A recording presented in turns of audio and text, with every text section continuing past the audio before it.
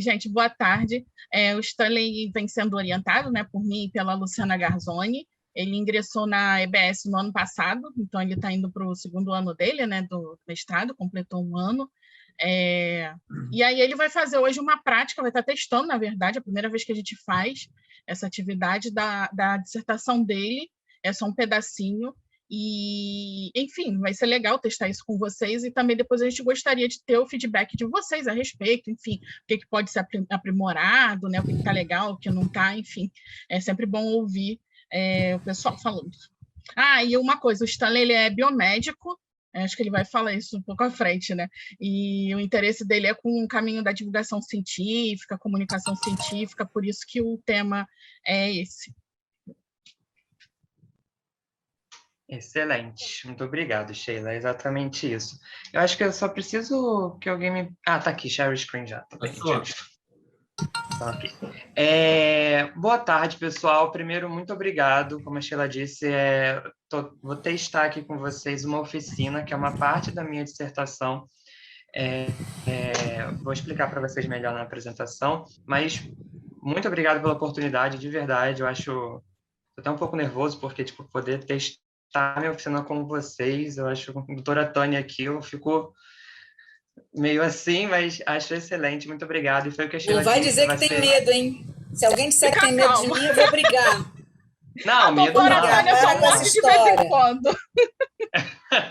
Fica calmo. Não, medo não. Eu fico nervoso, porque a responsabilidade é muito grande, mas foi o que a Sheila disse, acho que vai ser importantíssimo para mim, para o meu trabalho, poder ouvir de vocês também.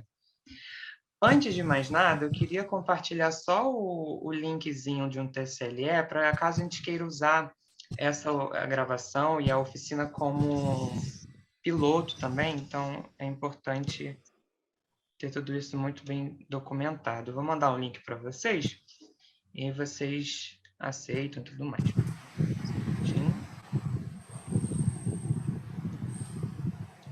Coloca no chat, Stanley, que depois eu boto também lá no grupo do WhatsApp, e aí mesmo depois do seminário, né, se o pessoal puder ir lá. Excelente. E abrir, tá ótimo.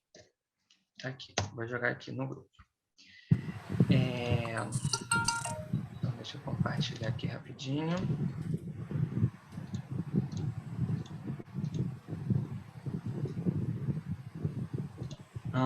Tá dizendo que eu não posso compartilhar.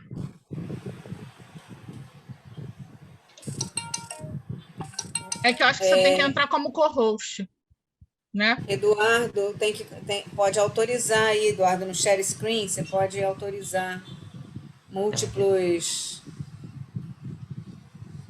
pessoas a compartilhar. Ele que é o host, só ele pode fazer isso. Eduardo, socorro! Não, eu estou aqui, eu já compartilhei, olha aí. Agora foi.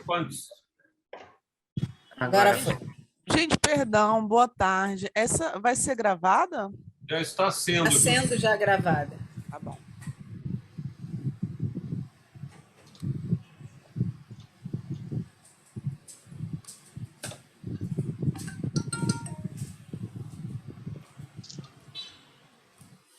Obrigada. Vocês conseguem ver direitinho? Sim, vamos vendo. Vamos vendo. Maravilha. Calma aí, eu só preciso fazer de novo porque está aparecendo a barrinha aqui para mim. Peraí.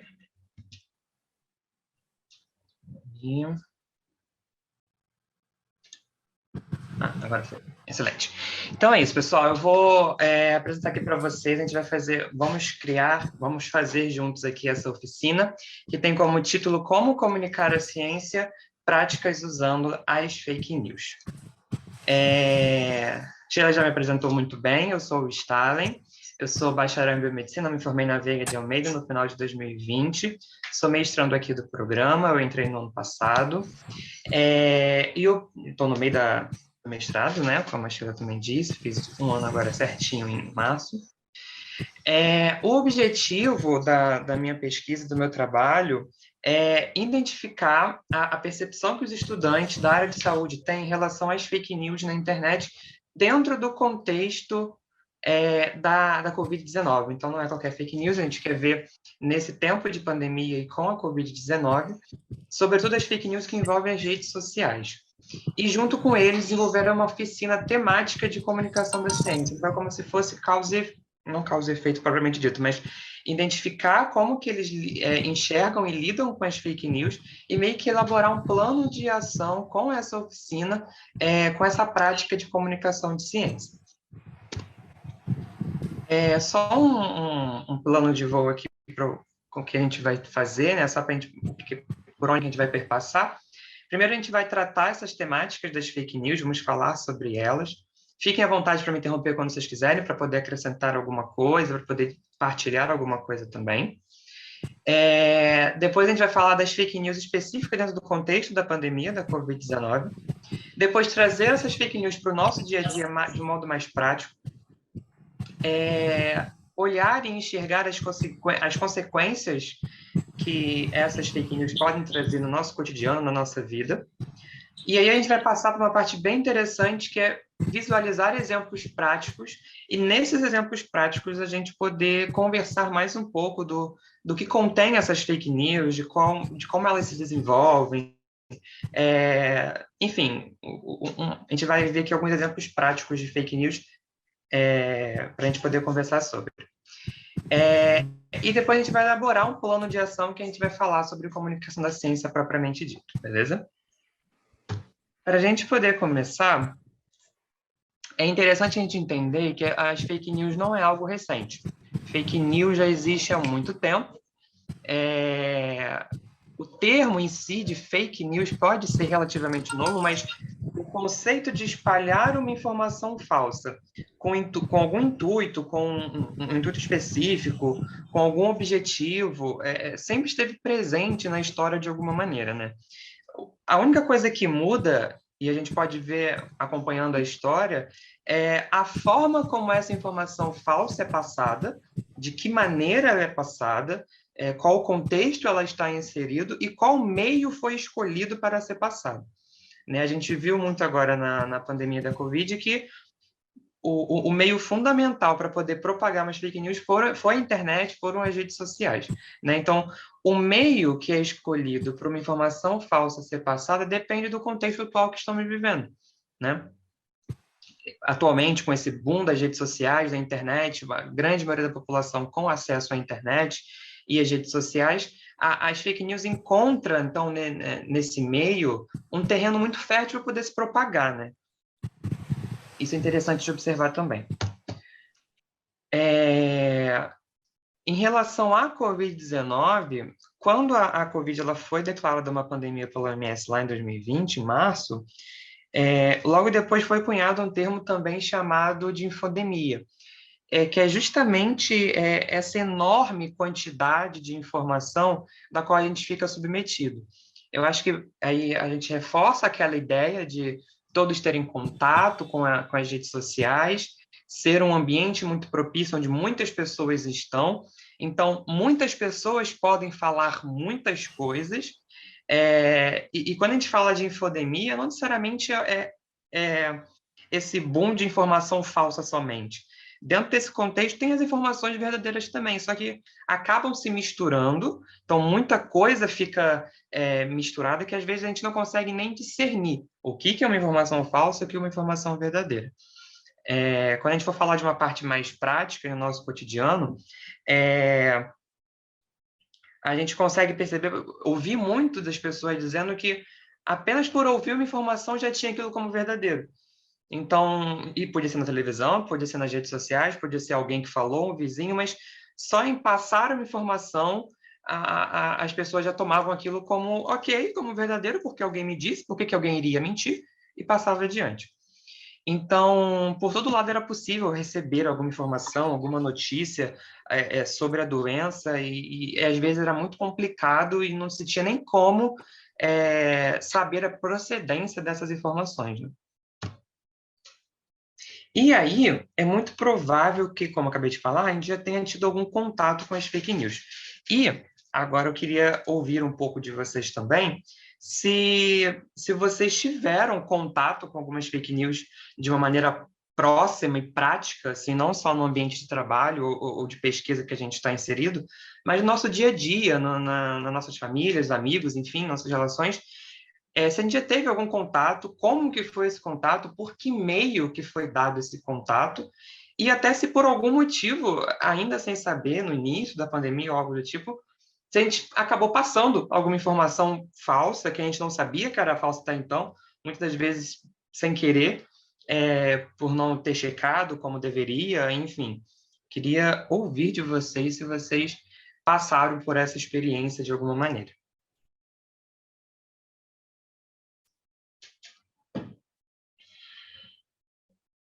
Deixa eu até voltar aqui com a câmerazinha para poder ver vocês, se alguém vai falar.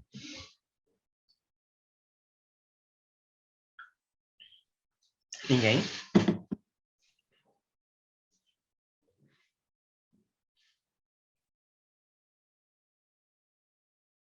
Pessoal, Ninguém? estou vivo? Silêncio. Posso ir? Posso ir? Por favor. Só Oi, ativar Stanley, o tudo som bem? e começar. Então, eu me recordo, assim, durante a pandemia, houve muitas receitas caseiras que iriam combater o vírus da Covid, eu lembro muito disso. Qualquer coisa que fosse ácida, então, tomar muito suco de limão, tinha ali um raciocínio em termos de acidez e vírus, eu lembro disso. E muitos parentes, assim, acreditando que a vacina não era, assim, um discurso anti-vacina. E daí vinham trocentos argumentos, vídeos muito loucos de YouTube, que o pessoal ficava, mas olha, Helder, assisti isso. Então, eu me recordo dessas duas muito pontualmente. Sim. Você quase deu um spoiler do que a gente vai falar daqui a pouco, mas tá tudo bem, excelente.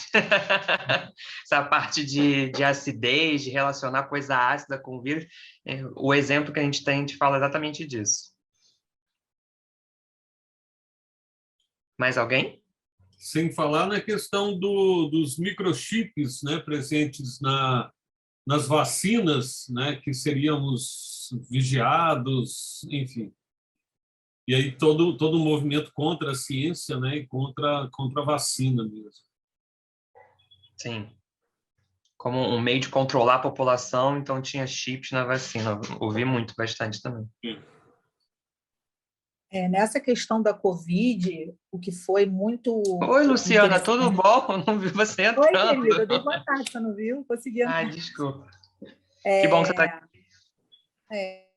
Fiquei feliz de conseguir entrar. Essa questão da Covid foi interessante, porque como é uma doença nova, né, foi muito fácil de você espalhar fake news, né, porque muitas coisas também que se acreditava, que a ciência acreditava, por teoricamente algumas evidências, depois se mostrou que não era bem assim, né? Por exemplo, a questão da transmissão por objetos, né? Pelo contato de objetos, né? Depois que se achava que isso era a principal forma de transmissão, que a transmissão aérea não era um problema. Isso no primeiro semestre de 2020, isso foi muito falado. Em 2020 isso foi muito falado, que a transmissão não era aérea, até que teve um grupo de pesquisadores que se mobilizou e mandou uma carta para a OMS para falar que não, que tinha que prestar atenção na questão da transmissão aérea, tanto que não se usava máscara, né? Só depois de um período começou a usar máscara. Então, assim, a questão, na Covid, particularmente, foi um prato cheio para a questão das fake news, porque realmente, como era uma doença nova, você tinha essa coisa que cada hora uma coisa era verdade, né? Daqui a pouco aquilo que era verdade já não era mais, porque a própria ciência mostrava que não era bem assim, né? Que a Covid era essencialmente uma pneumonia e depois viram que era, na verdade, uma doença que afetava o sistema circulatório, que por isso que você causava pneumonia, então você tinha vários órgãos sendo afetados. Então, assim, foram muitos momentos de idas e vindas da própria ciência, né, que também deram espaço, sem querer, obviamente, para que essas fake news fossem colocadas, né, e o tempo todo alimentadas também, né, outras fake news que não tinham nada a ver.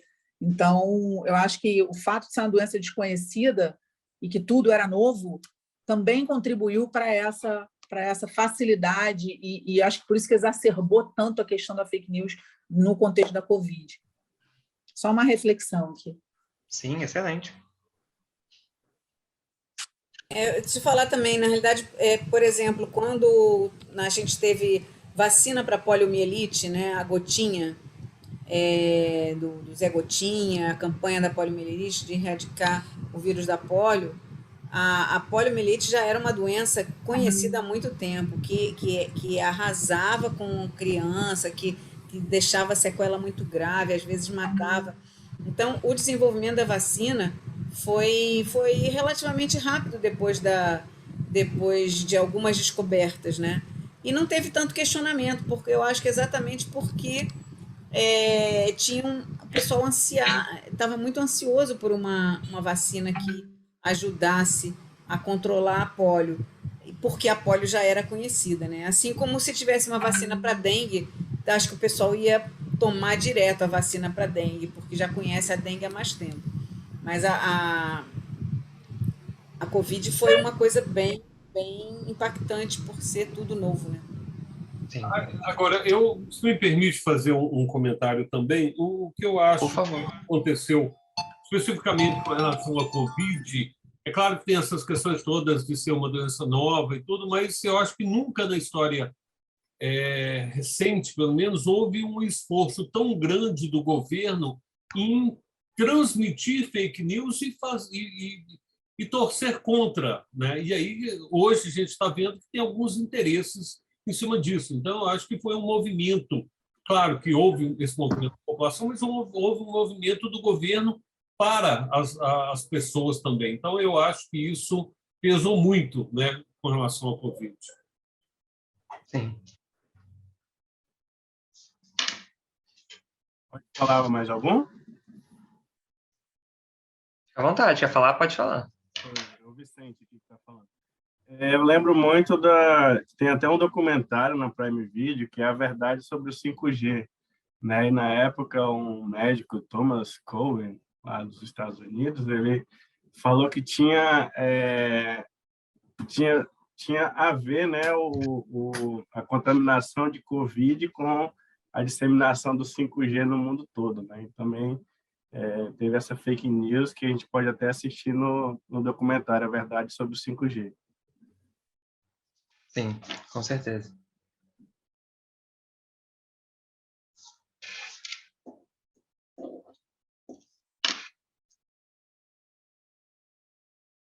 Vou continuar, então. Muito obrigado, vocês que falaram. Esses foram exemplos e contribuições excelentes, e faz muito sentido o que vocês falaram. Os exemplos que vocês deram foram algo muito presente, muito constante também. Lembro muito de todas essas. Acho que a questão do chip na vacina também foi algo muito forte. E aí, para a gente continuar, com isso tudo que vocês falaram, como que a gente pode observar algumas consequências das fake news, né? Com esses exemplos que vocês deram, esses exemplos práticos do que a gente vivenciou, a gente pode elencar algumas consequências disso, né? Então, algumas figuras públicas endeusadas, e daí vai desde político até figuras públicas mesmo, artistas, endeusados com esse discurso de fake news e anti-ciência, anti-vacina. A gente viu também a diminuição da taxa de vacinação infantil, então a gente viu esse movimento anti-vacina com um discurso muito mais aflorado por causa desse contexto que a gente ficou inserido da pandemia e essa nova doença, tudo isso que até a Luciana falou por ser uma doença nova, permitir com que essas nuances acontecessem. Uma desconfiança na ciência tremenda, muitas pessoas desconfiando da ciência. Lembro muito, assim que começou a vacinação, que quando falava que, olha, você vai se vacinar, mas uma dose não é suficiente, mas uma dose, então você não... As pessoas questionavam muito isso. Eu vou me vacinar, mas não estou protegido ainda? Eu vou me vacinar, então, mas por que eu tenho que continuar usando máscara? Então, isso levou as pessoas começaram a ter essa desconfiança, essa descrença na ciência, e um debate público extremamente polarizado, que a gente costuma ver. Com isso, a gente parte para a parte prática de ver exemplos de fake news, se a gente consegue identificar uma informação falsa, a gente vou mostrar aqui para vocês uma série de exemplos para a gente poder conversar sobre, então se vocês quiserem falar também sobre os exemplos que a gente está vendo, fiquem à vontade, mas desde os primeiros exemplos, eu queria pedir para vocês já pensarem o que vocês acham importante que precisa ser levado em consideração na hora de identificar uma informação falsa. O que a gente precisa ter primeiro em mente, as primeiras coisas que a gente precisa fazer para poder identificar uma informação como falsa. Deixa eu tentar colocar essa barrinha aqui mais para cima. Esse site aqui é um site que está no ar até hoje, tem aqui o link aqui embaixo. O nome do site é Prepare-se para a Mudança, e nele tem um artigo que é chamado A Imunidade de Grupo é usada para instigar o medo e a culpa.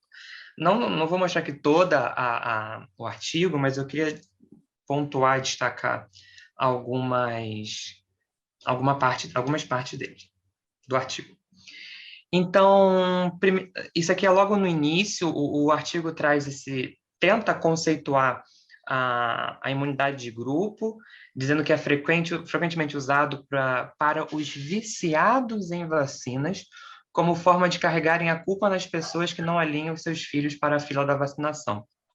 Então, e dá um destaque para essa frase, dizendo que a sua criança não vacinada é um perigo para a minha criança vacinada. Aí uma série de reações aqui. Então, quer dizer que as crianças imunizadas não estão realmente seguras. Então, por que você as vacinou em primeiro lugar? Isso é um argumento que ele levanta. Acabei falando disso, as pessoas tinham esse pensamento também com a vacina da Covid, assim que começou o plano de vacinação. Aqui ele mostra que a saúde das populações tem tudo a ver com uma boa nutrição, um saneamento adequado e a ausência de elementos tóxicos no seu meio ambiente. Então, vê que usa uns termos, não necessariamente científicos, mas uns termos bonitos que possa agregar valor ao que ele está falando. Ainda no mesmo artigo, mais para frente. Aqui ele elenca duas situações que mudaria o cenário da saúde no mundo. Primeiro se as pessoas começassem a cultivar a própria comida, os próprios alimentos, e isso é a primeira opinião, que faria mudar o rosto da saúde em qualquer país. E a segunda questão é uma parte mais na justiça, se houvessem bilhões de dólares de multas para empresas que poluem o ambiente de uma maneira grave, real e tudo mais. Então, tudo isso faria com que mudasse o cenário do rosto o cenário da saúde em qualquer país, né? Aqui tem uma frase bem interessante que ele fala, que a saúde e a vida não existem em função da medicina. Então, qualquer ciência que afirme que tem funções médicas é falsa ciência. E as pessoas que fazem essas alegações são mentirosas, idiotas ou criminosos, ou alguma combinação dos três. Esse site aqui é um outro link de um outro site chamado Brasil Sem Vacinas, e esse artigo tem o título de 6 razões para não vacinar os seus filhos. O que mais me assusta aqui, se não me engano, essa parte eu não destaquei aqui, os comentários embaixo nesse site das pessoas. Muito obrigado por ter aberto os meus olhos quanto a isso. Existem diversos comentários nesse sentido, né, nesse intuito. Acho que aqui... as vacinas... O primeiro argumento dele é que as vacinas podem causar ferimentos nas crianças. E aqui ele traz cita alguns doutores, alguns institutos e tudo mais. Cita doenças antigas, enfim...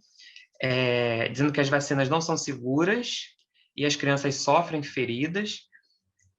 Não sei se é aqui ou na outra página, dizendo que as vacinas têm efeitos colaterais, então isso por si só já seria motivo suficiente para não acreditar nas vacinas.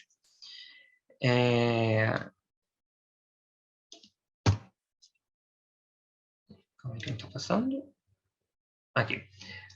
O terceiro e o quarto ponto que ele elenca nesse artigo é que as vacinas contêm muitos venenos tóxicos e cita alguns alguns elementos como formaldeído, fenol, anticoagulante, dizendo que vacinas têm chumbo, cádmio, acetona, alumínio, mercúrio.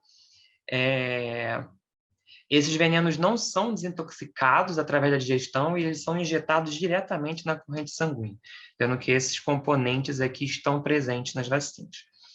E que as crianças vacinadas são mais propensas à doença. Cita artigos, mais uma vez, pesquisas e doutores, enfim. Aqui ele até faz uma citação de um doutor dizendo que 35 anos de prática médica tem convencido-me que todas as vacinas carregam um risco significativo de doença crônica que é inerente ao processo de vacinação.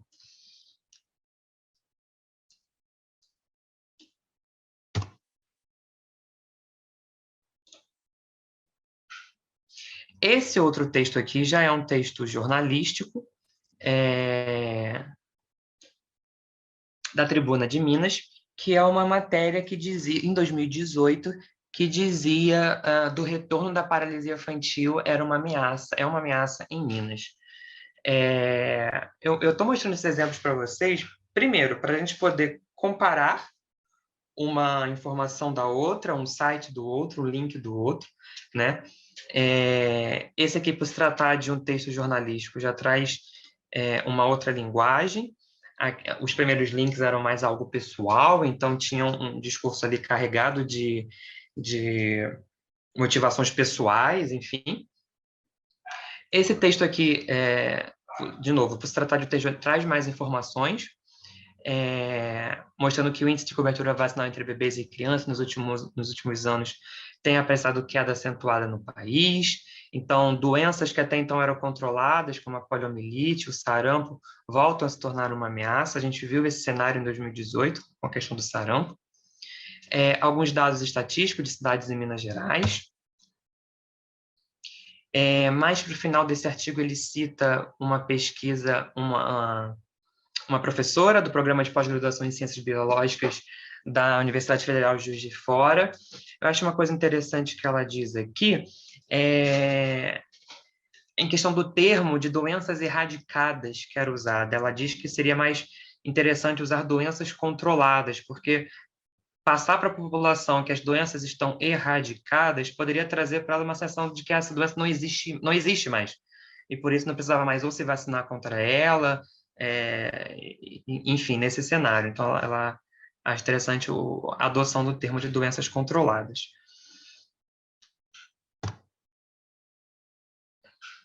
É difícil para passar. Esse aqui também é um outro texto jornalístico, agora específico da Covid-19, que mostrava quais produtos de limpeza, de fato, matam o coronavírus, né? Essa notícia é bem de fevereiro de 2020, então ela é bem no início de toda... até antes de ser declarada a pandemia, que foi em março, que mostra a questão do uso do álcool 70, água sanitária, água e sabão.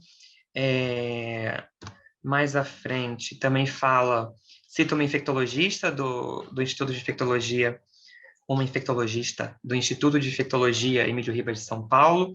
Ela explica, até de uma maneira metabólica, a questão do vírus, que possui uma cápsula de gordura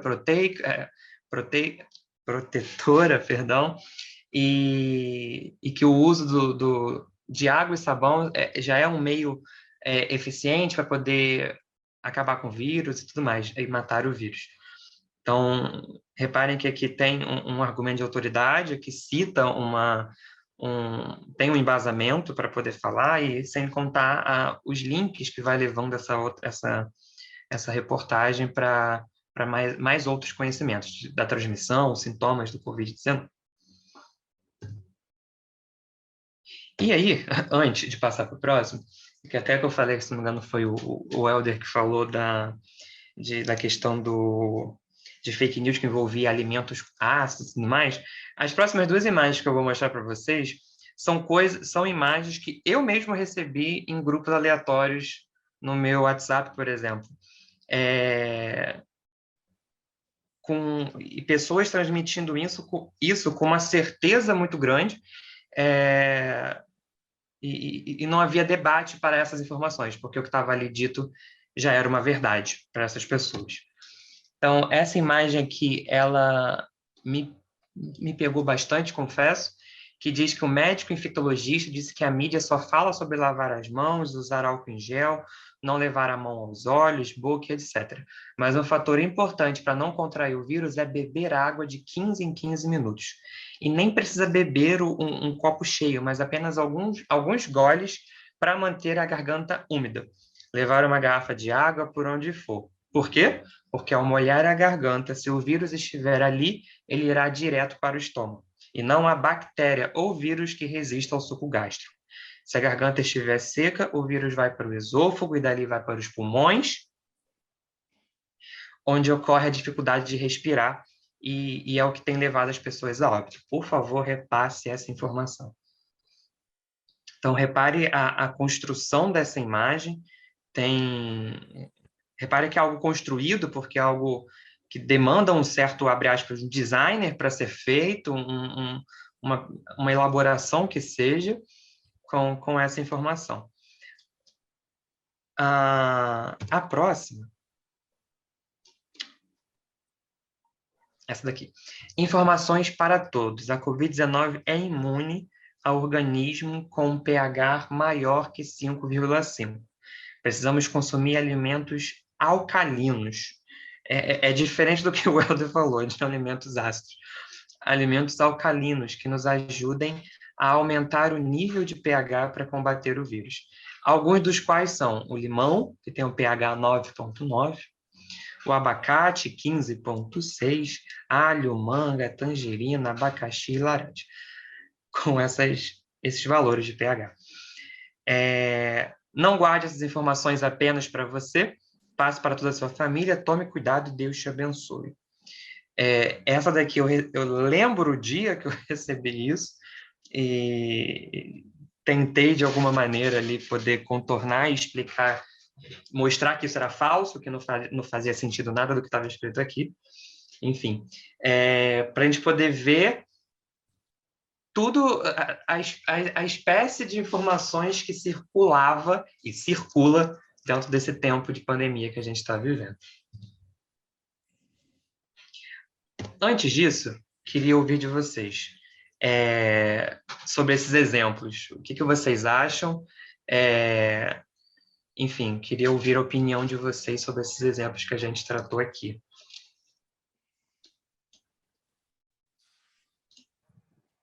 O que me choca é a produção, porque fazem a produção de fato com designer, com organização gráfica. Isso me choca, assim, porque é proposital essa questão. Eu queria fazer um comentário também. Logo no iniciozinho do primeiro slide que você mostrou dessa sessão, Stanley, você colocou endeusando, né, as fake news, endeusando pessoas. E a gente tem também o contrário, né? As fake news denegrindo completamente a imagem de pessoas. E o impacto que isso teve diretamente na resposta do Brasil na pandemia. Se vocês lembrarem dos slides do Dallagnol, né, e de como que a imprensa real, a nossa imprensa mesmo, né, divulgou aquilo com uma intenção muito clara, política, aí a gente lembra daquele filme O Efeito Borboleta e a gente vê qual o impacto que uma fake news, principalmente veiculada por uma rede de televisão como a Rede Globo, por exemplo, né, pode influenciar a vida de uma população. Né? Então, isso eu estou dando um exemplo do impacto com relação à resposta do Brasil à pandemia, que certamente teria sido outro se a gente tivesse outra pessoa no governo. Né? Então, foi claramente um impacto negativo que a gente teve com relação à resposta do Brasil à pandemia, diretamente relacionado com a fake news que foi construída na época contra o Lula. Né? Então, assim, porque ia ter uma eleição para presidente, que ele iria concorrer, e se criou toda uma história que hoje a gente já sabe que era mentira. Né? Então, isso é gravíssimo, porque pior do que você ter a fake news aí montada com design e tal, nananã, é você ter a fake news montada pela maior rede de televisão do país, que as pessoas acreditam, né? Que são profissionais que estão ali trabalhando e que se prestam para esse tipo de coisa. Então, só queria fazer essa reflexão também aqui, independente de posicionamento político ou não, isso foi uma coisa muito clara e que impactou diretamente no que a gente, na resposta que o Brasil deu à pandemia, né? Porque a gente tem à frente esse presidente que foi um dos maiores disseminadores de fake news do mundo, né? Era isso. Queria falar também... desculpa, Eduardo, pode falar. Não, Depois só completando, comprovado, né, que é o maior... Desculpa, Sheila, pode continuar. Não, nada. Eu queria complementar também que é bom a gente lembrar também não só dessas fake news assim, espalhadas em forma de texto e imagem, mas também os áudios, né? E aí, os áudios nem sempre vão nessa contramão do bem feito, não. Às vezes é um camarada lá falando com uma linguagem popular, muito acessível para a população, e através do WhatsApp, que é muito fácil de você disseminar, né? Então, também tem aquela questão de você criar uma identificação com o público, né? Para poder facilitar a disseminação dessa informação, né?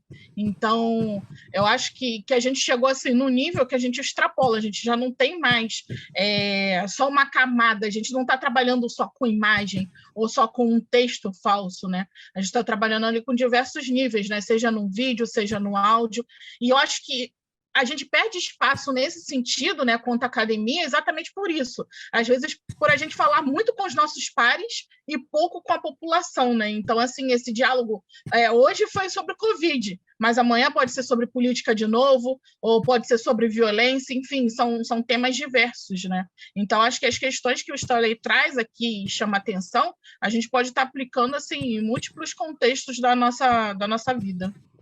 Exatamente.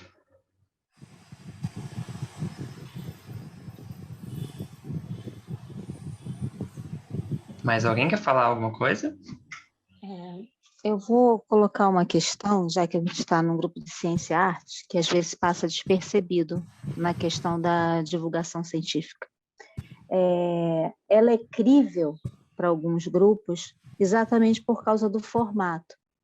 Seja ele porque ele parece erudito, parece real, ou porque se conecta diretamente com a linguagem própria daquele ser, que é uma coisa que a gente estuda quando quer montar uma obra de ficção científica. O que é a tal da verossemelhança?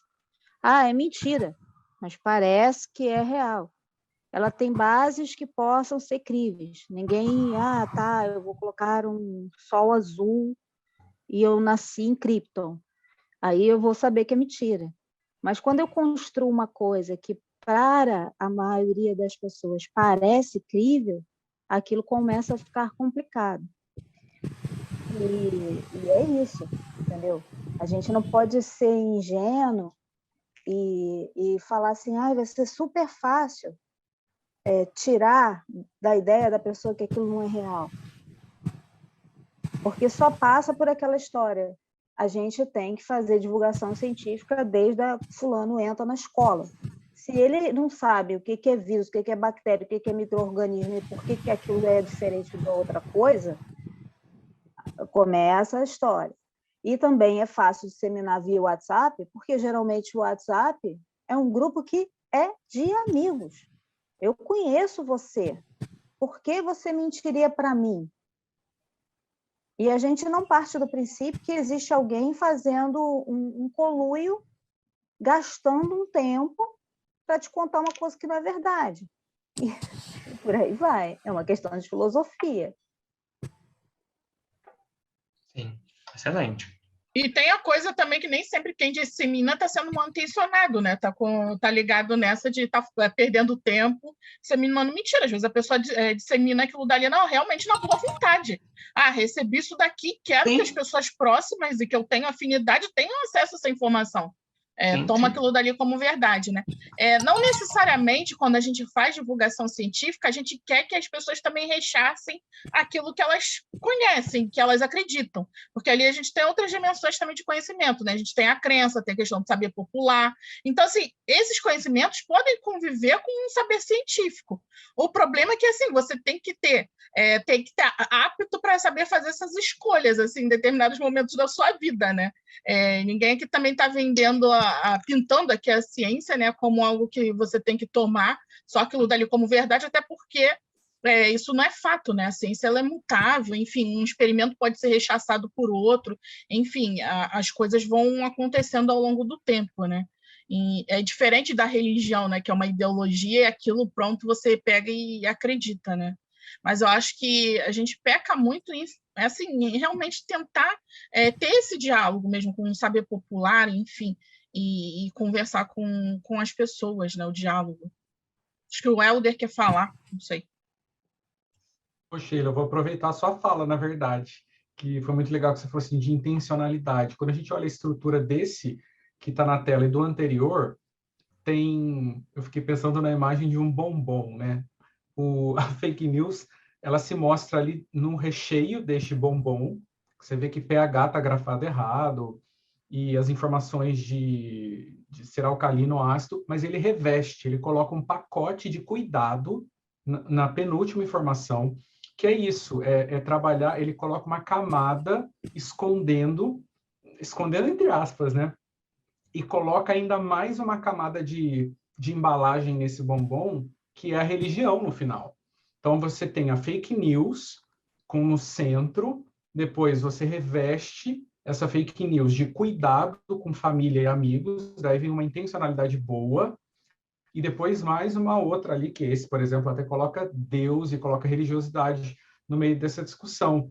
Então, quem está vendo o bombom do lado de fora, está vendo boa intencionalidade, está vendo cordialidade, e a fake news está em camadas mais profundas de análise, né, dessa divulgação. Acho que a Tiane quer falar. Oi. Eu só ia apontar que é tão complicado, porque se a gente for colocar isso em termos de medicina popular, não é medicina popular.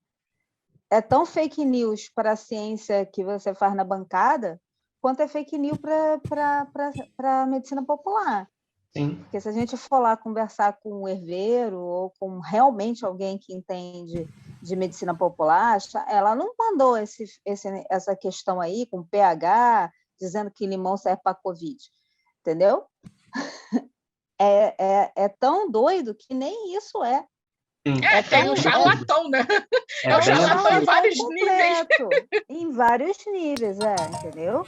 Que você não vai ver nenhum herveiro, nenhuma pessoa, nenhum xamã ou algum indígena realmente entendido de medicina popular ou de tratamento complementar em saúde, mandando um negócio desse, ou falando levianamente que você deveria fazer isso contra a Covid. Sim. E aí, pessoal, o que eu queria propor agora para vocês com tudo isso que vocês falaram, do que vocês apontaram aqui, né, nesses exemplos que a gente que mostrei para vocês, eu queria que a gente montasse juntos um mural. Eu vou explicar para vocês como que a gente pode... Vou passar um link para vocês, e eu queria que vocês completassem esse mural exatamente sobre isso. O que é importante observar na hora de identificar uma fake news? Com todos esses exemplos que a gente viu aqui agora, com esse debate que a gente teve, o que é importante de primeira? Quais são as primeiras coisas mais importantes a se verificar? E aí, deixa eu parar aqui. Espera aí. Só um minutinho. Eu vou passar o link para vocês já podem ir abrindo.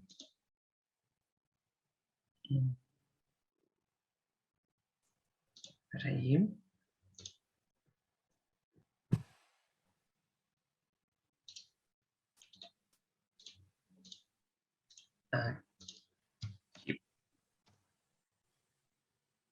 E aí vocês podem ficar livres para poder contribuir com esse mural, com qualquer formato que vocês achem interessante. Vou mostrar aqui para vocês na prática.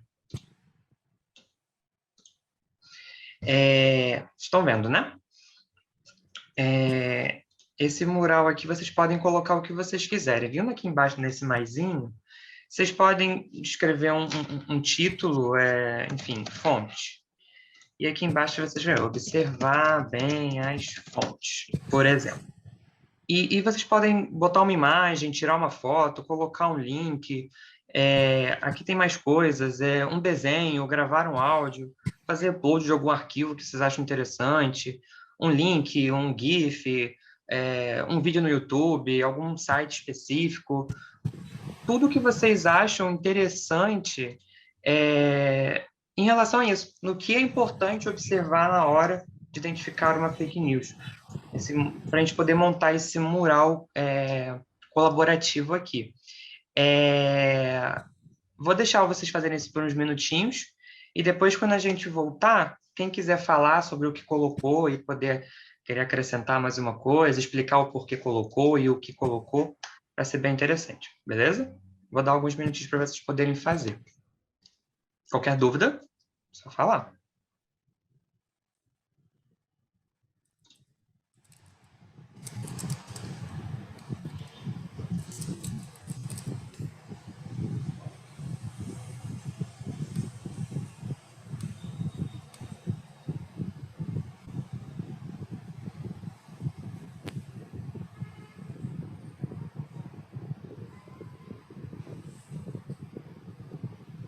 Stanley, me passa o link no WhatsApp, que aí eu boto lá no grupo também, por favor. Pode deixar. Eu só não entendi como é que a gente faz. Clica aqui no mais. Tem rascunho 1, rascunho 2, rascunho 3. O que a gente faz com isso? Rascunho foi o que a senhora foi criando e não completou. Deixa eu mostrar aqui de novo, peraí. Não, eu criei um para testar. Isso, aí você tem que dar OK para publicar. Ó, você vem aqui no maisinho e tem que publicar aqui em cima. Quando você escrever alguma coisa, tem que depois publicar, senão fica em rascunho. Entendeu? Muito bacana isso.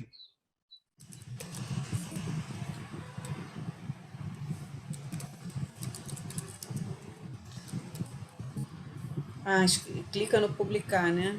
Isso.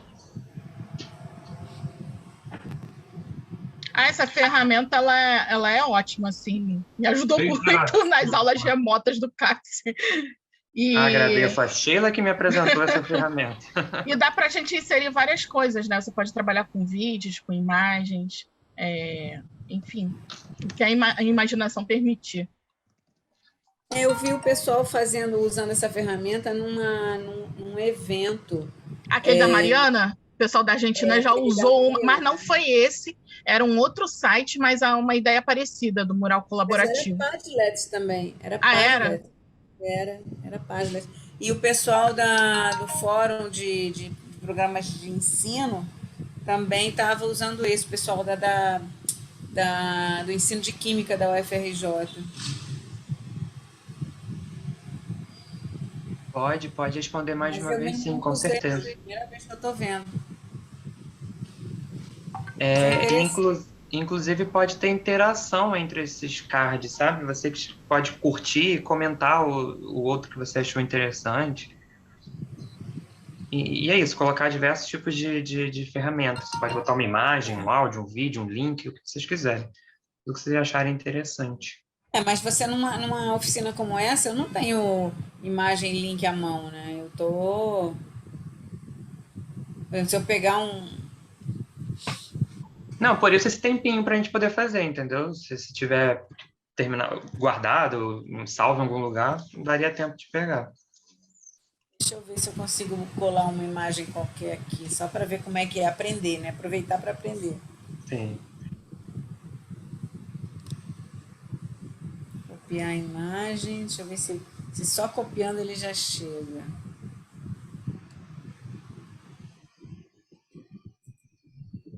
Não, eu tenho que...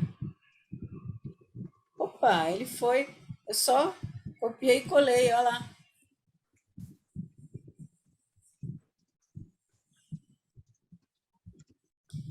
Em vez de escrever, eu copiei uma imagem do meu WhatsApp e botei aqui, colei no lugar do texto. Excelente.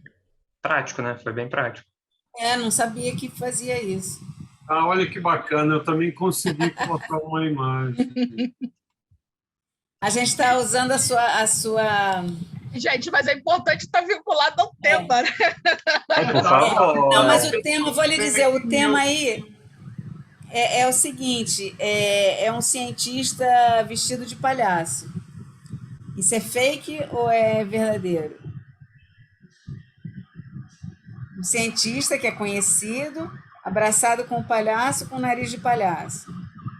Acredita ou não acredita? Uma resposta ao presidente que temos aí que espalha fake news.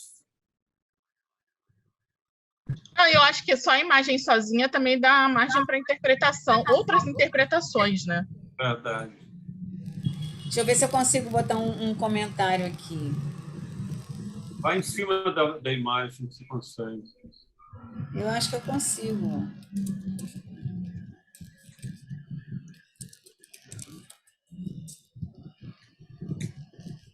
Gente, dá para comentar aqui. Já comentei na sua foto, olha.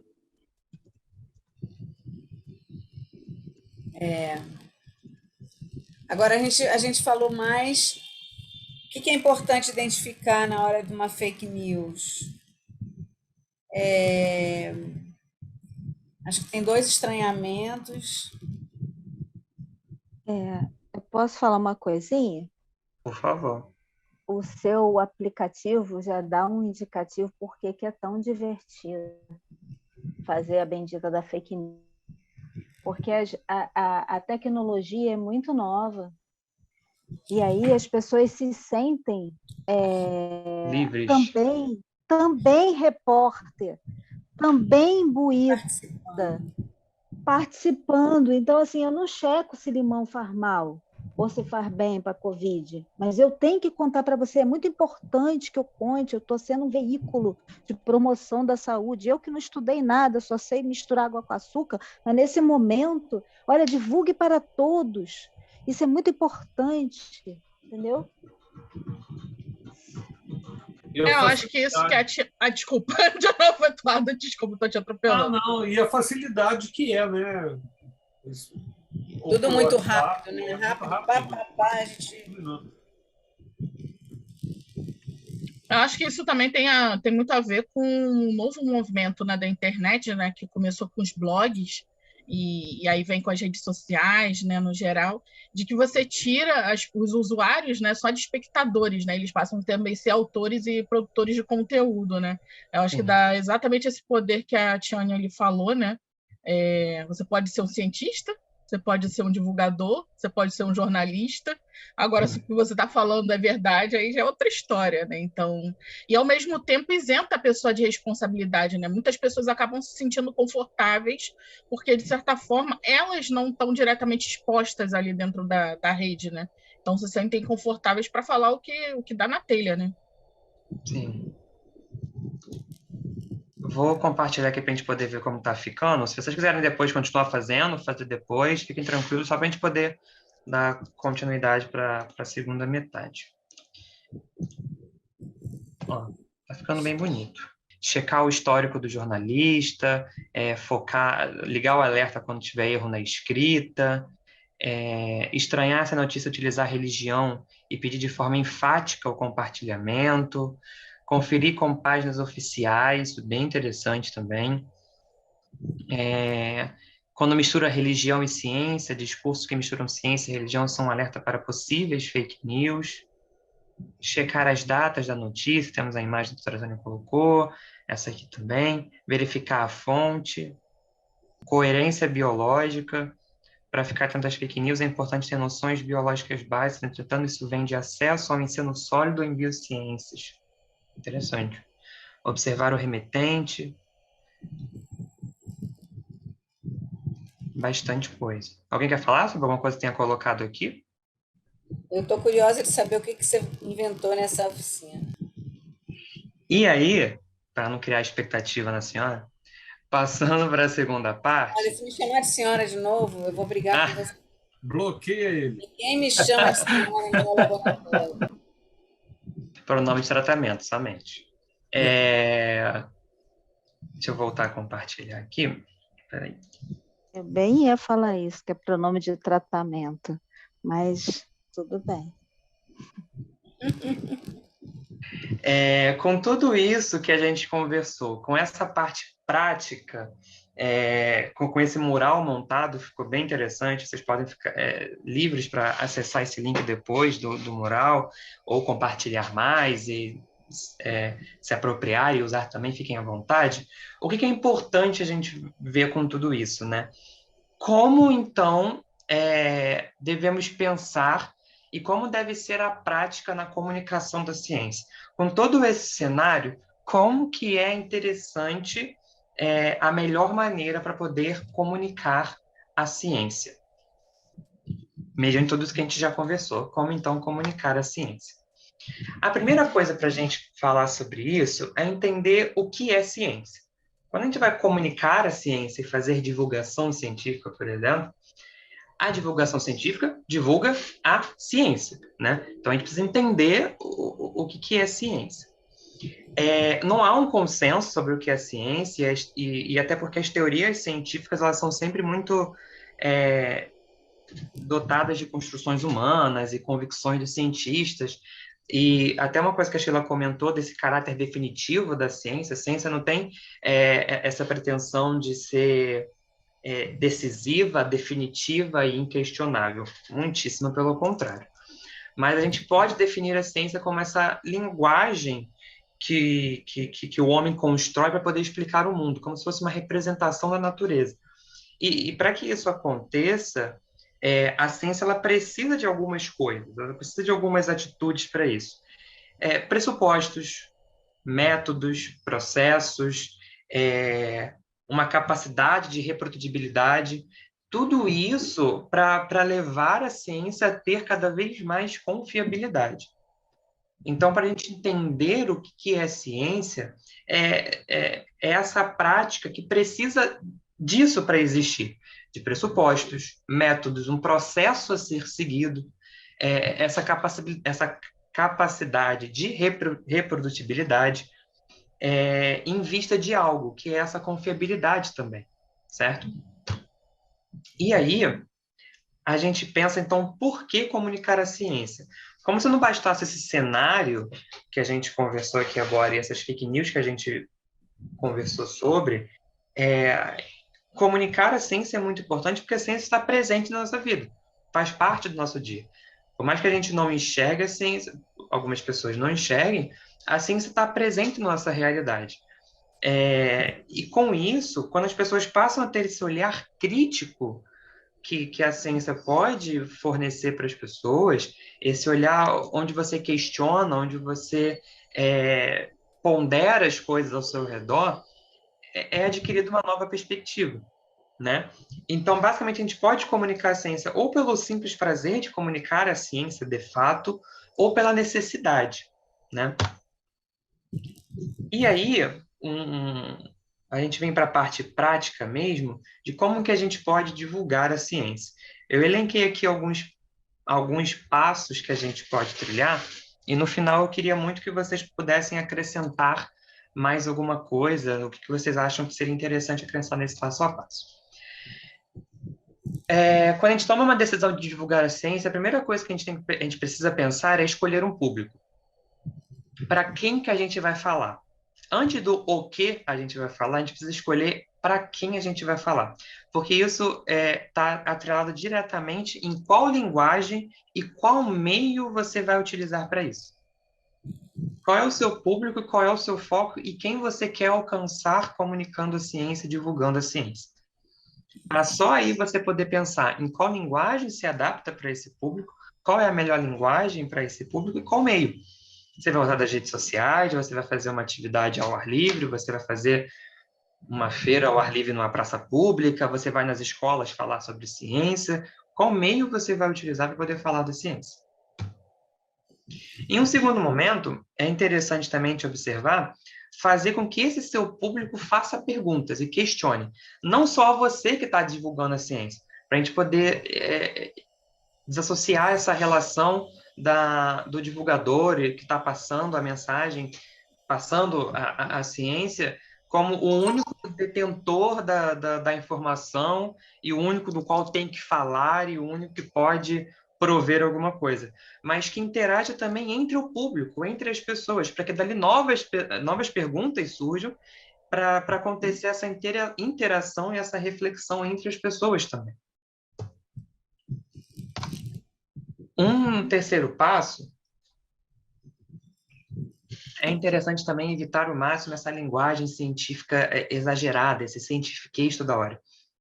Claro, é importante passar a informação, é importante utilizar as palavras corretas e não reduzir um conceito a algo muito menor do que de fato é.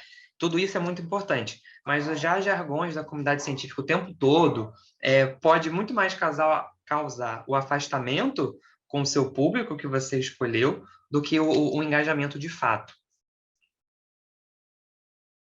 E aqui a gente poderia falar diversos passos, mas eu elenquei os mais essenciais.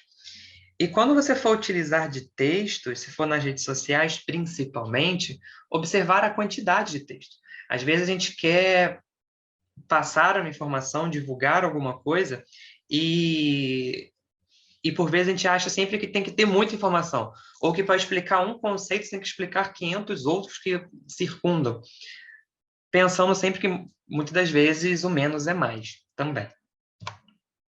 E por fim, fazer sempre uma boa pesquisa, né? Conferir, vocês falaram disso lá no mural, conferir sempre as fontes que está sendo utilizada, principalmente para poder fugir das fake news que a gente está falando, né? Fazer uma boa pesquisa, verificar as fontes, quem você está usando como, o que você está utilizando como embasamento, né?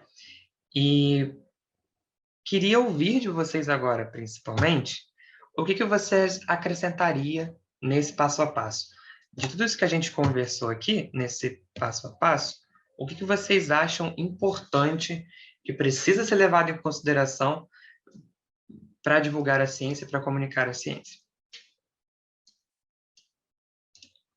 Olha, uma coisa que eu luto muito quando eu trabalho textos de divulgação, de ensino e tal, é não ser prescritivo, não usar o imperativo. Faça isso, faça aquilo. Por exemplo, a gente estava escrevendo uma história em quadrinhos nos últimos dias, né? E aí tinha uma questão assim: atualize seu telefone. Atualize seu telefone para que a gente possa entrar em contato. Mantenha seu telefone atualizado. Só o atualize e o mantenha já é um verbo no imperativo. Faça isso, né? Então, a maneira de você dar a opção à pessoa fazer ou não fazer, a depender dela, você pode atualizar e a gente vai entrar em contato. Você pode atualizar. É diferente de atualize. É muito difícil. A gente tem uma prática de prescrição. Faça isso, faça aquilo, está entranhada na gente. Toda vez que eu faço revisão dos fascículos de ciência e arte no ensino, a coisa que mais tenho que trabalhar é a mudança no tempo verbal das frases, quando você usa textos, né? Quando você usa só imagens, as imagens elas têm que ter uma leitura muito cuidadosa, porque às vezes a imagem mais inocente ela tem uma leitura diferente pelo olhar da outra pessoa. Então, não é simples você produzir materiais. Só isso que eu queria dizer. Como divulgar a ciência, uma das coisas mais importantes para você divulgar a ciência é você ter credibilidade. Então, se você é conhecido como cientista, você divulgar a ciência faz toda a diferença. Quem vê o site do Átila e Amarino sabe que ele é cientista. Agora, se você como assim, a gente ensina pelo exemplo, né? Então, faço o que eu digo e faço o que eu faço. Não é faço o que eu digo, não faço o que eu faço, entendeu? Então, assim, não fume e eu estou fumando, né? Coma saudável e eu só como besteira, fica esquisito. De novo, é a mensagem da prescrição, faça, faça, faça, e eu faço o que me dá na telha. Então, o exemplo é uma coisa importante, a linguagem é uma coisa importante, e o cuidado que as imagens são coisas importantes. Eu aprendi muito mais sobre leitura de imagem quando eu tive que fazer crítica de imagem em livro didático do que quando eu fui separar a imagem para as minhas oficinas. Criticar a imagem alheia, quando você tem essa obrigação de criticar, é uma coisa que te ensina muito. Mas eu não sei se isso é um item do passo a passo. Mas vale a observação. Eu acho que a formulação dos textos e o cuidado no texto não prescritivo e não imperativo é importante. Sim.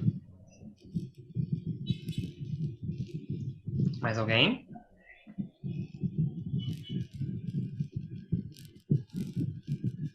Eu concordo com o que a Tânia falou, acho que essa questão da linguagem é super importante, e às vezes eu acho que quando a gente produz, né, algum conteúdo ou vai, enfim, realizar alguma prática, né, a gente tem que ter muito cuidado com essa questão, né, porque às vezes é um tipo de linguagem que a gente utiliza no nosso dia a dia, mas às vezes a gente não se dá conta daquele, por exemplo, do tempo verbal que você está utilizando, ou de uma expressão que às vezes pode estar sendo recebida, né, por alguém que é o seu interlocutor, de forma não muito legal, né? Concordo com ela, e eu acho que além de você saber muito bem aquele conteúdo, né, que você está trabalhando, essa questão da linguagem eu acho que é uma das primordiais. Por favor, Helder. Bom, deixa eu ligar aqui. Eu ia sugerir uma coisa que você fez aqui na apresentação. Teve a sua apresentação como um todo, ela tá bonita. E eu ia trazer, mas eu não sei se o termo é beleza, é visão artística, não sei. Teve uma das fake news que você colocou que foi tão bem feita que tinha tipo um design tão, sabe, que você olhei aquilo e falei, nossa, parece uma coisa oficial. Você deu para perceber que você cuidou de paleta de cor, que você tratou imagem, que você pesquisou fonte. Então, assim, não acho nem que talvez seja o primordial, mas uma das possibilidades é fazer a ciência ficar harmônica ou bonita, entre aspas. Isso ajuda ela a ser consumida. Isso vai apresentável. Apresentável é uma boa. A sua apresentação está belíssima. Você se preocupou com um monte de detalhe. Isso denota um esforço, mas ele é um esforço silencioso, porque a gente digere uma apresentação como a sua de maneira tão agradável que nem sempre a gente pensa no esforço que você fez para, talvez tenha feito, né, para que ela ficasse tão bem apresentável. Então, acho que é um bastidor, assim, que facilita. Eu ia usar uma expressão horrível, eu falei que é um lubrificante que desliza o conhecimento, sabe? Quando fica bem apresentado. Mas é isso. Você acha que deixa eu te fazer uma pergunta em cima do que você está falando. Você acha que quando a gente vai comunicar a ciência, tiver que passar alguma coisa, tudo isso que você falou torna a ciência mais apresentável? Se tiver que o quê? Perdão. Ele falou uma coisa que me chocou. Se tiver que passar alguma coisa, é a primeira coisa que você tem que desconstruir na sua comunicação científica. Você nunca passa nada. As mensagens estão aí, as pessoas capturam as mensagens como elas querem, mas você comunica se você se preocupa da maneira como você vai fazer a divulgação científica. Você pode comunicar sim, mas passar de uma maneira passiva de uma pessoa para outra, eu questiono muito esse termo passar. Entendeu? Você quer passar uma coisa, a gente tem que isso é outra coisa que tem que desconstruir na gente, é a prescrição e o passar. Eu tenho uma mensagem para passar. Não, eu tenho uma mensagem que eu vou deixar aqui e eu espero que vocês gostem dela e que vocês entendam essa mensagem. Vamos discuti-la para vocês entenderem.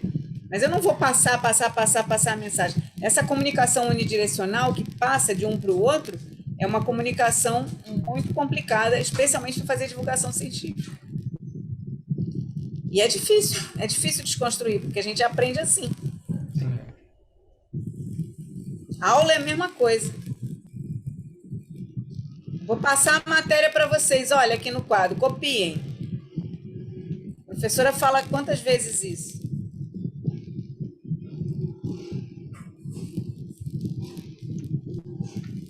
Pode falar, Tia. Era exatamente o que eu ia falar, né? Mas a gente não pode ser ingênuo. As pessoas constroem um ambiente para passar o que elas querem. É diferente quando a gente constrói um ambiente, e aí eu estou falando de comunicação, seja ele virtual, seja ele presencial ou digital, é uma construção de ambiente. Então, quando eu escolho cor, forma, tudo que eu escolho é uma construção, né?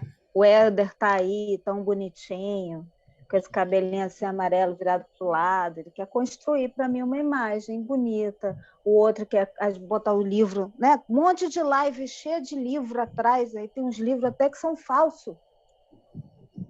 Fulano nunca leu um livro daquele na vida, sabe nem que está ali atrás.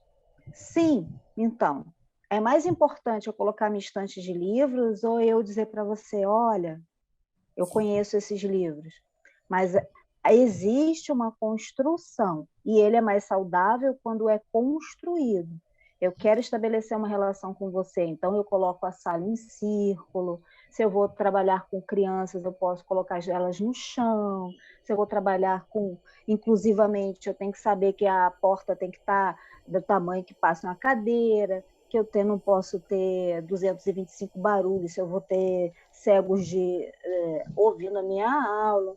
Né? Tem uma série de construções e acessibilidades que eu posso criar, mas aí eu estou pensando de maneira saudável. O difícil, quando a gente fala de fake news, é que esse conhecimento ele não é bom ou mal. Ele é absorvido de acordo com quem faz. Então, eu posso construir para que seja enganador. E não que seja uma construção de conhecimento verdadeiro. Se é que existe um conhecimento verdadeiro, conhecimento é um caminho. Entende o que eu estou falando? Sim. É usada nos dois sentidos, essa construção é usada, tanto para algo bom quanto para algo ruim. Mais alguém? O que vocês acham mais interessante e importante colocar nesse passo a passo para poder comunicar a ciência? O que não pode faltar, além de tudo isso que a gente já falou?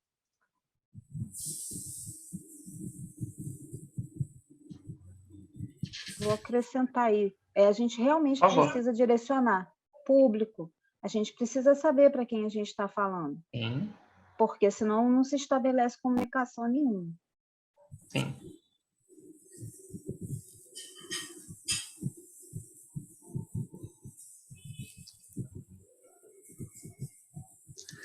Alguém mais?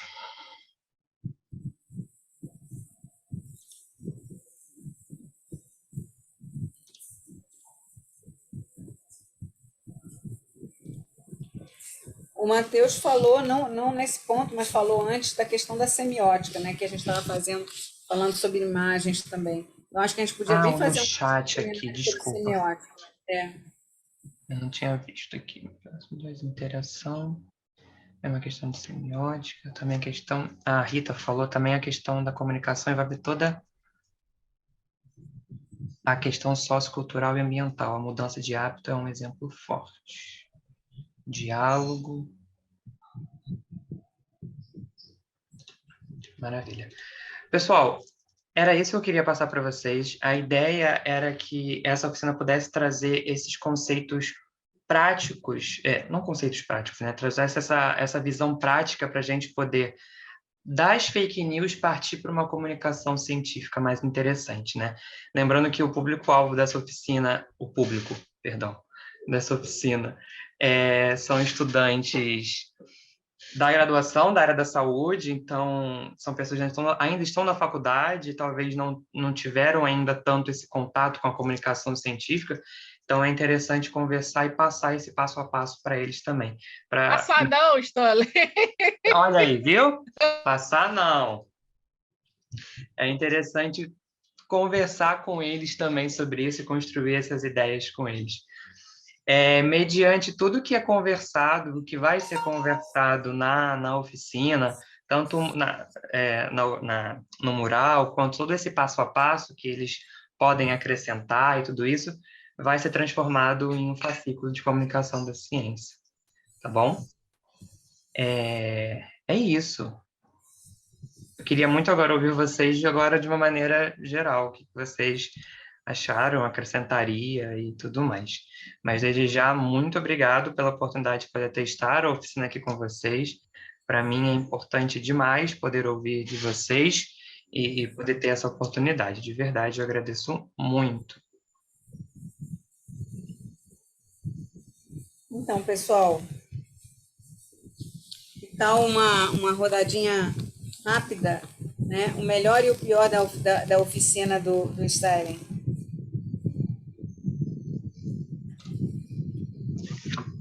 Vou abrir.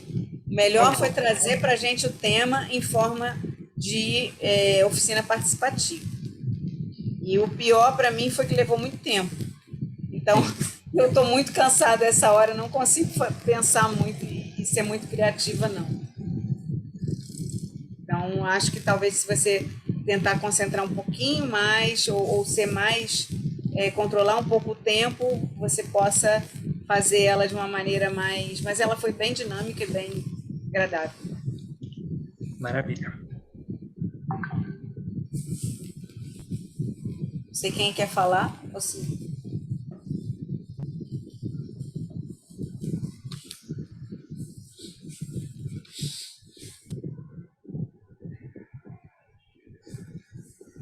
Ninguém mais vai comentar a oficina online que a gente fez hoje, gente? Pessoal, por favor. Tá tão bom assim que eu não tenho o que falar? Tá todo mundo dormindo, ninguém gostou, viu? Foi isso. Ou isso. Não, eu adorei a oficina. Né? Eu concordo com a Tânia. Né? O melhor foi essa interação, foi poder fazer com que as pessoas interagissem mesmo com o tema, e eu acho que foi a melhor forma de discutir isso. Eu concordo também que a questão foi o tempo. Eu não sei o que você qual que é a sua previsão de tempo quando você aplicar a oficina. Eu acho que você já deve ter isso aí também. Então, mas você nos deu muito tempo, digamos assim, mas eu amei. Tem que ser mais... Como é que se diz? Puxar o freio. Mas o pessoal me odeia, porque eu dou assim 1 minuto, meio minuto, 2 minutos. Eles me odeiam, mas eu faço correr, porque isso dá uma dinâmica também maior. Entendi. Mas você não precisa de ficar no 1 minuto também, você pode dar um tempo maior. Né? Bom, a Tiane está querendo falar. Eu acho que até nesse ponto das oficinas que ela fica deixando a gente não criar, mas tudo bem.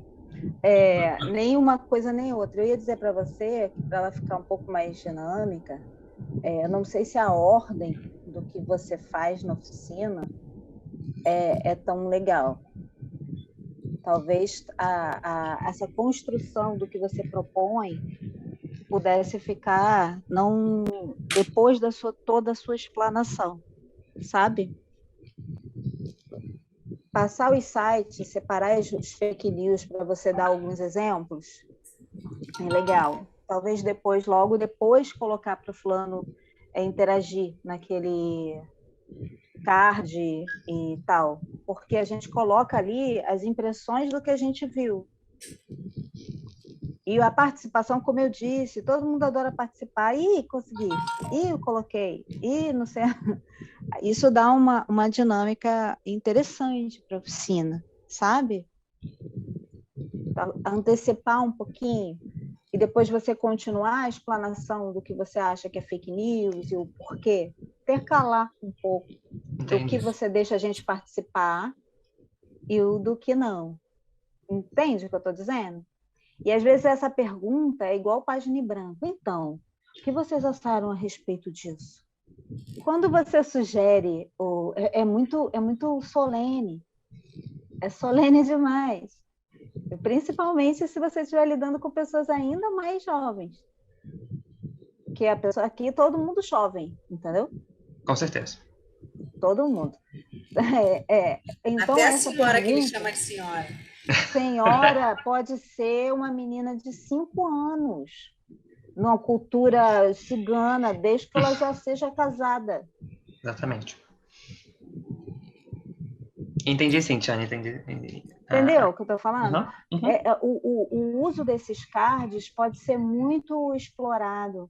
O uso de você colocar uma frase. Então, propõe a gente construir o que você acha que tem que ser numa frase, como a Tânia fala. Aí pode ser 1 minuto. Uhum. Mentira ou verdade, aquela discussão. Vou colocar... A mídia faz isso. Joga uma notícia e fala mentira, verdade. Então, sim, não. Isso é bom. Interações mais rápidas também, né? Interações um pouquinho mais participações, rápidas. assim. Uhum. E ela causa menos aflição, a sua pergunta solene. Então, o que você acha a respeito dessa coisa profunda que é a divulgação científica? Entendeu? Entendi. Eu tô colocando esse tom, mas é porque às vezes quem está do outro sim. lado fala assim, e agora? Fala o quê? Um negócio tão gigante quanto esse. A tese de mestrado dele, e ele quer que eu fale em 5 minutos? Entendi. Tá? Muito obrigado. Acho que a Rita queria falar, ela levantou A Rita levantou a mão e abaixou. Não, eu tive aqui um problema sem querer, eu levantei. Mas você pode falar também, Rita. Parabéns, Doutora Rita. Obrigado. Como jornalista, eu me senti contemplada. Ah, que bom. Fico feliz.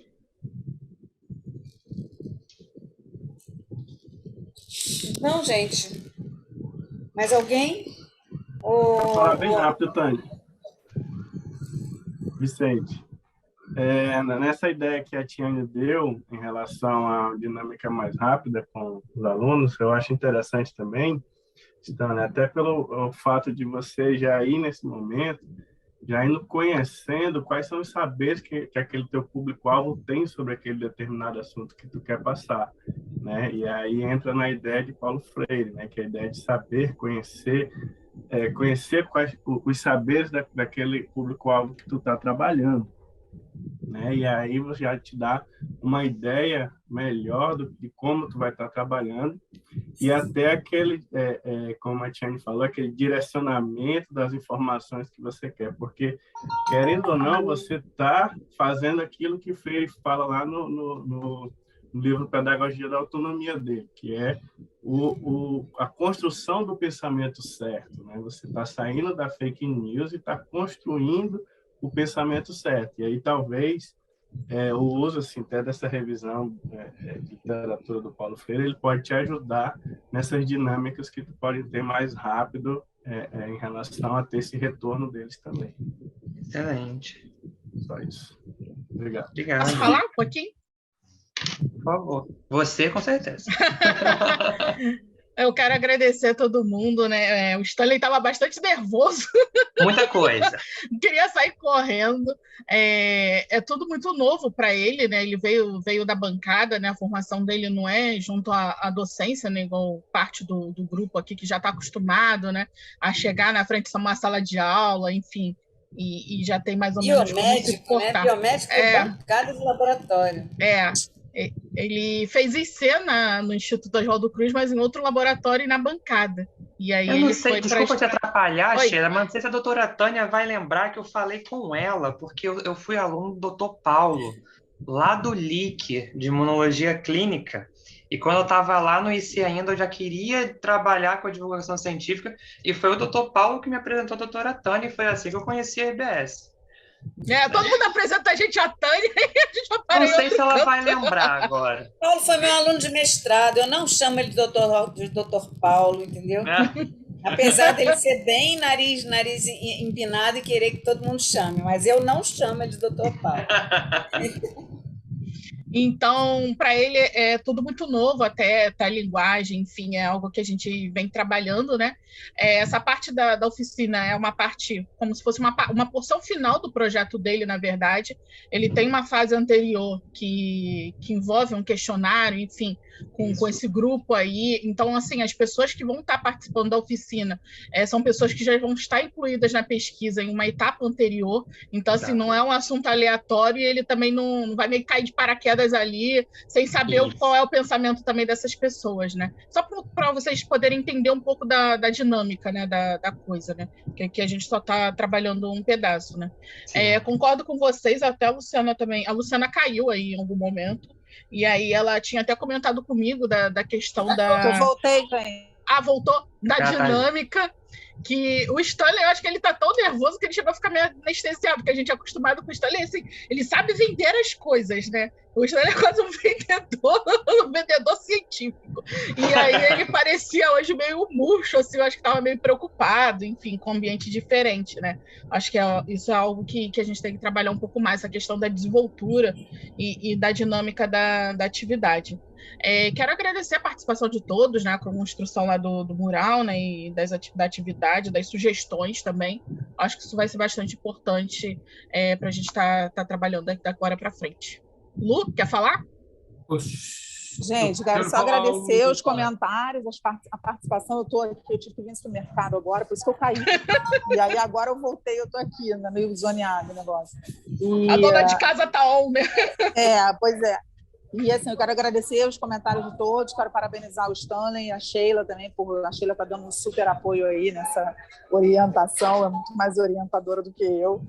E dizer que é isso, eu acho que o Stanley ele vem da bancada, né? E para ele isso é novo, mas ele tem um perfil no Instagram, ele tem um negócio lá no Instagram, né, Stanley? Então ele está um pouco acostumado também a falar, assim. Então, hoje eu achei ele meio tímido, realmente, mas eu acho que ele estava nervoso, porque mal ou bem, né, tá apresentando... Ficou com medo da Tânia.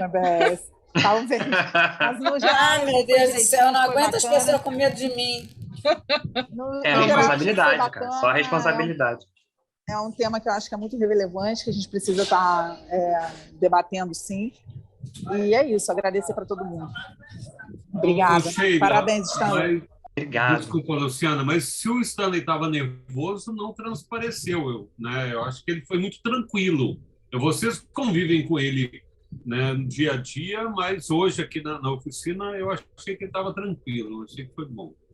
Tranquilo demais, isso que a gente achou, por isso que eu acho que ele estava nervoso. Pode ser. Obrigado, pessoal. Obrigado pelas observações, pelos elogios. Anotei bastante coisa aqui do que vocês falaram e, de verdade, a gente vai rever alguns pontos, mas eu agradeço muito, de novo, a oportunidade, de verdade. Valeu.